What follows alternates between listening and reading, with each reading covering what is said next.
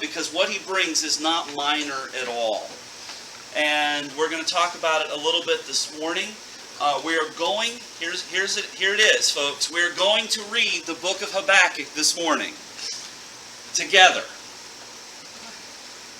We're going to have to do it with some expedition, because we're going to read it. We're going to observe a few things. We don't have time to do full-blown observations like we like to do. We will do those as we dig into the passages. Not next week. We have our missionary coming next week. Week after next, we start in earnest with the separated classes, and then we will dig into individual and relatively short passages. So we'll have some time then to really spend with them. This morning, we're going to read the book together. We're going to divide it up. I'll need people to volunteer to read and read out nice and loud so everyone can hear. And the other thing we are going to be looking for, I want to make sure we get this morning, is in the book of Habakkuk, the speaker goes back and forth between Habakkuk and God. There's a dialogue going on. And I want to make sure that we can identify who the speakers are. If you're a note-taking sort, it might not even be a bad idea to mark next to each verse as we identify them. This is Habakkuk. This is God. I have an H and a G throughout this book in my Bible. This is Habakkuk speaking. This is God speaking. This is Habakkuk speaking. Because that will be very important in understanding what's being said. If we don't know who's saying it, we don't know how to take what's being said. Right? Does that make sense? So that is probably one of the most important, basic, but not necessarily easy challenges we face in observation this morning. Just to give you just a moment of background, and I'm going to show you a video here in a little bit that will help as well. We'll do that at the end. It's about 6 minutes long. And it'll give you a little bit of background. But just to set us up, this is written around 600 BC, roughly 600 years before the birth of Christ.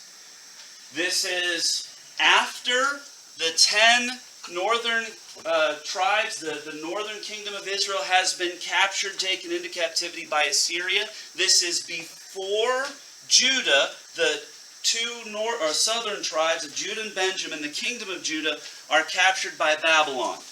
It's right in the midst of Babylon rising up to power and Judah coming under threat by Babylon and eventually being exiled for their idolatry, for their unfaithfulness. We'll see some of that as we read. Okay, so we're going to divide this up. I need everyone to be willing to read. If someone could read verses 1 through 11. Peter, you're going to have to do it nice and loud, but hold on. Verses 12 through 17. Sam. Okay. Barbie, you raise your hand. Chapter 2, verses 1 through 5. Okay. Could I have someone else do 6 through 11? Jenny, thank you. 13 through 20. Kevin's going to do it.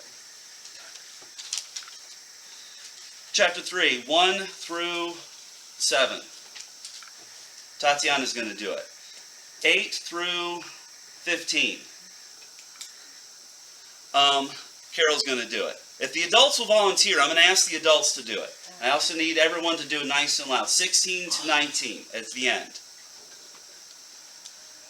Chris is going to do it. Sorry. You should have volunteered earlier when I took a couple of the teens.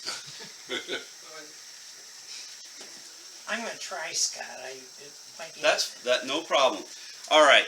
Remember, the main thing we're looking for, and we'll put it up on the board when we're done, we're looking for who's speaking. That's the main thing. Not the only thing. We can take other observations, but I'm looking at the time here. So let's begin. Who had the first set? Okay, Peter, nice and loud, nice and clear. Habakkuk 1. The oracle that Habakkuk the prophet saw. O Lord, how long shall I cry for help, and you will not hear? Or cry to you violence, and you will not save? Why do you make me see iniquity, and why do you idly look at wrong? Destruction and violence before me. Strife and contention arise. So the law is paralyzed, and justice never goes forth. The wicked surround the righteous, so justice goes forth perverted. Look among the nations, and see wonder, and be astonished. For I am doing a work in your days, that you would not believe if told. For behold, I am raising up the Chaldeans, that bitter and hasty nation, who march through the breadth of the earth to seize dwellings not their own. They are dreaded and fearsome. Their justice and dignity go forth from themselves. Their horses are swifter than leopards, more fierce than the evening wolves. Their horsemen press proudly on. Their horsemen come from afar. They fly like an eagle, swift to devour. They all come for violence, all their faces forward. They gather captives like saints. At kings they scoff, and at rulers they laugh. They laugh at every fortress, for they pile up earth and take it. Then they sweep by like the wind, and go on, guilty men, whose own might is their God. Are you not from everlasting, O Lord my God, my Holy One? We shall not die. O Lord, you have ordained them as a judgment, and you, O Rock, have established them for reproof. You who are of purer eyes than to see evil, and cannot look at wrong. Why do you idly look at traitors, and remain silent when the wicked swallows up the man more righteous than he? You make mankind like the fish of the sea, like crawling things that have no ruler. He brings all of them up with a hook. He drags them out with his net. He gathers them in his dragnet, so he rejoices and is glad. Therefore he sacrifices to his net, and makes offerings to his dragnet. For by them he lives in luxury, and his food is rich. Is he then to keep on emptying his net, and mercilessly killing nations forever?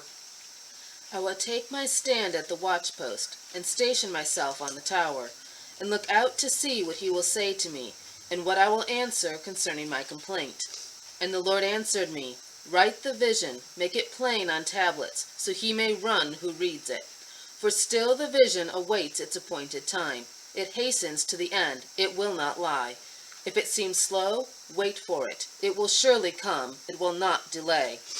Behold, his soul is puffed up, it is not upright within him, but the righteous shall live by his faith. Moreover, wine is a traitor, an arrogant man who is never at rest. His greed is as wide as Sheol, like death he has never enough. He gathers for himself all nations, and collects as his own all peoples. Shall not all these take up their taunt against him, with scoffing and riddles for him, say, Woe to him who heaps up what is not his own, for how long? And loads himself with pledges. Will not your debtors suddenly arise, and those awake who will make you tremble? Then you will be spoiled for them. Because you have plundered many nations, all the remnant of the people shall plunder you. For the blood of man and violence to the earth, to cities and all who dwell in them. Woe to him who gets evil gain for his house, to set his nest on high, to be safe from the reach of harm. You have devised shame for your house, by cutting off many peoples. You have forfeited your life. For the stone will cry out from the wall, and the beam from the woodwork respond. Behold, it is not from the Lord of hosts, that peoples labor merely for fire, and nations who weary themselves for nothing. For the earth will be filled with the knowledge of the glory of the Lord, as the waters cover the sea. Woe to him who makes his neighbors drink, and pour out your wrath, and make them drunk, in order to gaze at the nakedness. You will have your fill of shame instead of glory. Drink yourself and show your uncircumcision. The cup of the Lord's right hand will come around to you, and utter shame will come upon your glory. The violence done to Lebanon will overwhelm you, and will the destruction of the beasts that terrified them. For the blood of man and violence to the Lord, to cities all who dwell in them. What profit is an idol when its maker has shaped it? A metal image, a teacher of lies. For its maker trusts his own creation. When he comes speechless, he makes speechless idols. Woe to him who says to a wooden thing, awake, to a silent stone, arise. Can this teach? Behold, it is overlaid with gold and silver, and there is no breath at all in it. But the Lord is in his holy temple. Let all the earth keep silence before him. Prayer of Habakkuk, the prophet, according to Shigionoth. Lord, I have heard the report about you, and I fear. O Lord, revive your work in the midst of the years. In the midst of the years, make it known. In wrath, remember mercy. God comes from Teman. and the Holy One from Mount Paran. His splendor covers the heavens, and the earth is full of his praise. His radiance is like the sunlight. He has rays flashing from his hands, and there is the hidden of his power.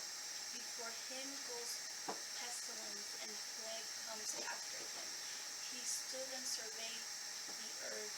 He looked and startled the nations. Yes, the perpetual mountains were shattered.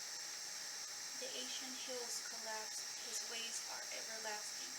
I saw the tents of Bashan under distress. The tent curtains of the land of Midian were trembling. Was your wrath against the rivers, O Lord? Was your anger against the rivers? Or your indignation against the sea when you rode on your horses, on your chariots of salvation? You stripped the sheath from your bow, calling for many arrows. Selah. You split the world with rivers. You split the world with rivers. The mountains saw you and writhed.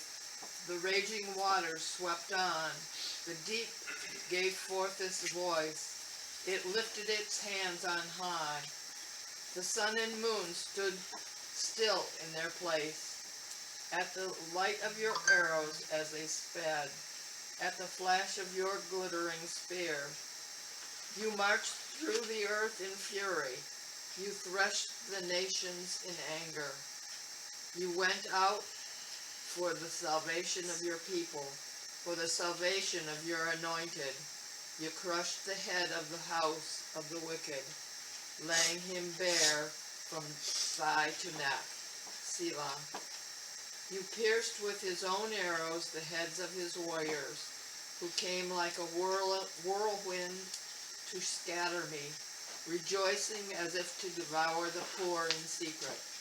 You trampled the sea with your horses, the surging of your mighty waters.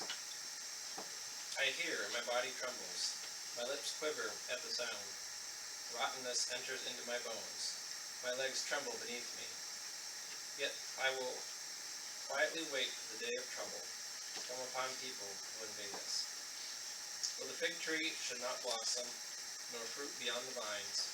The produce of the olive fail, and the fields yield no fruit. The flock be cut off from the fold, and there be no herd in the stalls. Yet I will rejoice in the Lord. I will take joy in the God of my salvation. God, the Lord, is my strength. He makes my feet like the deer's. He makes me tread on my high places.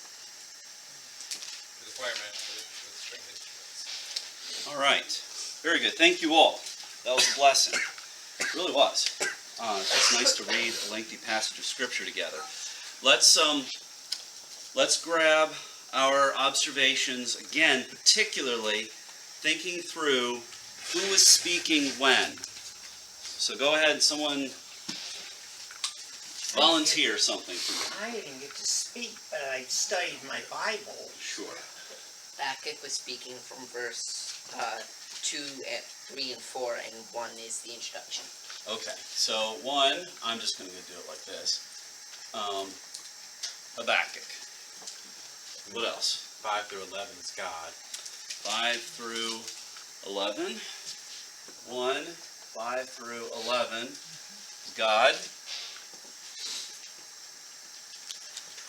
12 through 17 and 2:1 is Habakkuk. 1:12 through 2:1 is Habakkuk. I've got 1 and 2, and then 3 and 1. Okay. Chapter 2, verse 2 through verse 20 is God.